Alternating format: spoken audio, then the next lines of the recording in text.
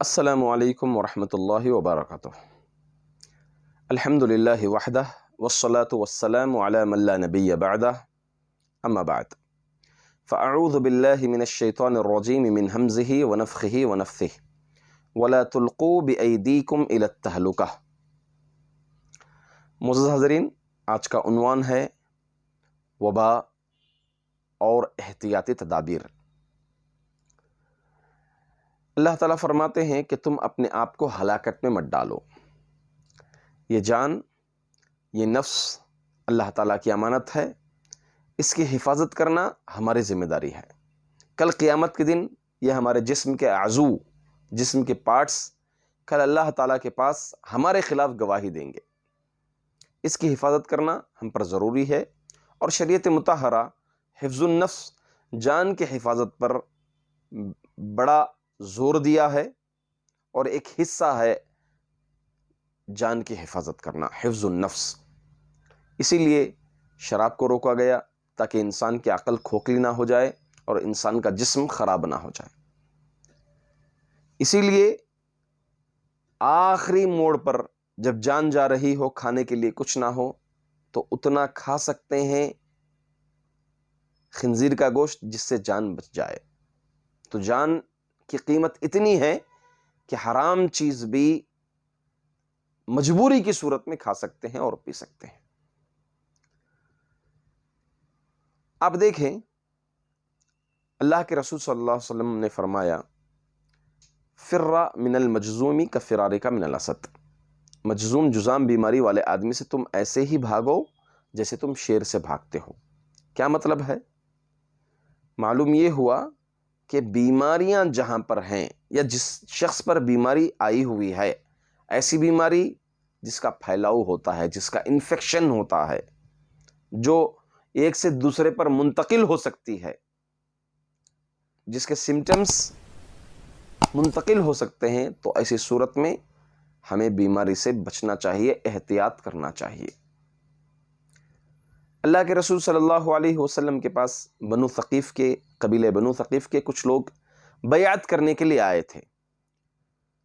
پھر اس میں سے ایک آدمی کو جذام تھا، تو اللہ کے رسول صلی اللہ علیہ وسلم نے فرمایا کہ تم دور ہو جاؤ، منع کر دیا، اور کہا کہ تمہاری بیعت ہو گئی، یعنی ہاتھ پر بیعت کیے بغیر اللہ کے رسول صلی اللہ علیہ وسلم نے انہیں بھیج دیا۔ اسی طرح اللہ کے رسول صلی اللہ علیہ وسلم نے یہ تک فرمایا کہ جب تم ایسی سرزمین پر ہو، ایسی جگہ پر ہو، ایسے ماحول میں ہو جہاں پر بیماری پھیلی ہوئی ہے، تو لہٰذا تم اس ماحول سے نکل کر کے دوسرے ماحول میں نہ جاؤ، تاکہ جو ہے یہ بیماری، یہ مرض دوسری جگہ پر پھیل جائے۔ اور اگر تم ایسی جگہ پر ہو جہاں پر مرض تو نہیں ہے، البتہ جو ہے دوسری سرزمین پر مرض ہے، تو تم وہاں پر مت جاؤ، تاکہ تمہیں جو ہے وہ بیماری لاحق نہ ہو جائے۔ تو یہ احتیاطات شریعت مطہرہ ہمیں سکھاتا ہے، شریعت ہمیں تعلیم دیتی ہے۔ یہ نہ سمجھیں کہ یہ حکومت کے قوانین ہیں، یہ حکومت نے بتائے ہیں، یہ آج کی سائنس نے بتائی ہے، بلکہ شریعت مطہرہ 1400 سال پہلے ہی بتا دی ہے۔ اللہ کے رسول صلی اللہ علیہ وسلم کے تعلق سے آتا ہے کہ آپ جب کھانستے تھے، کھانسی آتی یا چھینک آتی تھی، تو آپ اپنے منہ کو ہاتھ سے دباتے تھے ایک کپڑا لے کر کے، یہاں تک کہ وہ آواز پست ہو جاتی تھی، تاکہ جو ہے اس کے سمٹمز دوسروں پر نہ آئیں۔ منہ کھولنے سے، جمائی کے وقت آپ منہ پر ہاتھ رکھنے کا حکم دیے ہیں۔ تو شریعت مطہرہ احتیاطات کی تعلیم دیتی ہیں، سکھاتی ہیں، مگر اس کا مطلب یہ نہیں کہ یہ توکل کے منافی ہے، اللہ پر بھروسہ نہیں ہے۔ یہ بات یقینی ہے، لا یرید ممرض علی مصح، کہ مرض جو ہے مریض سے صحت مند کی طرف نہیں جاتا۔ کیا مطلب ہے؟ کہ اللہ کی اجازت کے بغیر کوئی بھی مرض پھیلتا نہیں۔ یہاں پر کوئی بھی چیز ہوتی ہے تو تقدیر کے فیصلے کے مطابق ہی ہوتی ہے۔ لا عدوى، بیماری خود بخود متعدی نہیں ہوتی ہے، ولا طیر ولا ہم، بیماری خود بخود متعدی نہیں ہوتی ہے، بلکہ متعدی اللہ رب العزت کی اجازت سے ہی ہر چیز ہوتی ہے، تقدیر کے فیصلے کے مطابق ہی ہوتی ہے، مگر اس کے ساتھ ساتھ احتیاط بھی کرنے کی تعلیم جو ہے ہمیں شریعت دیتا ہے۔ اور یہ توکل اللہ پر بھروسے کے منافی نہیں ہے۔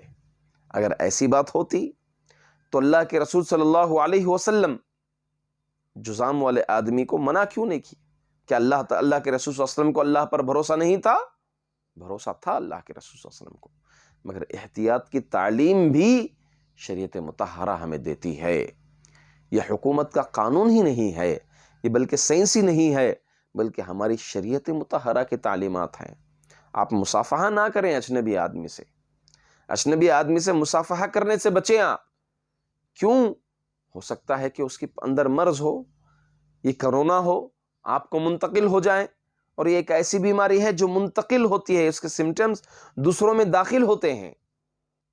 لہٰذا شریعت کی تعلیم پر عمل کرتے ہوئے ہمیں احتیاطات کرنا چاہیے، معانقہ نہیں کرنا چاہیے، گلے نہیں ملنا چاہیے، دیگروں کے یا دوستوں کے جو ہم سے دور رہتے ہیں، ہم سے الگ رہتے ہیں، ان کے ہاتھ نہیں ملنا چاہیے، مصافحہ نہیں کرنا چاہیے، بلکہ ہم اگر کھڑے بھی بات بھی کریں تو اپنا ماسک پہن کر کے، دوری اختیار کر کے، ڈسٹنس اختیار کر کے ہمیں بات کرنا چاہیے۔ جب نماز ہی میں اس کی اجازت علماء اکرام نے جب دے دی ہے تو یہ سب عام معاملات میں ہمیں ڈسٹنس اختیار کرنا چاہیے، احتیاطی تدابیر کو ہمیں اپنانا چاہیے۔ ایک مسلمان ہوتے ہوئے اس کو یہ ذہن میں لینا چاہیے کہ یہ تو کیا ہے، یہ سب کو جو بھی اللہ کرنا ہے اللہ کرے گا، اللہ ہی کرے گا، مگر ہمیں اللہ ہی یعنی اللہ جو شریعت بنائے ہیں وہی شریعت ہمیں یہ تعلیمات بھی دیتی ہیں کہ ہم احتیاط کریں، اسباب کو اپنائیں ان احتیاط کو کرنے کے۔ اللہ تعالیٰ سے دعا ہے کہ اللہ تعالیٰ ہم تمام مسلمانوں کو صحیح اسلام کو سمجھنے کی توفیق عطا فرمائے۔ آمین۔ وآخر دعوانا ان الحمد للہ رب العالمین، والسلام علیکم ورحمۃ اللہ وبرکاتہ۔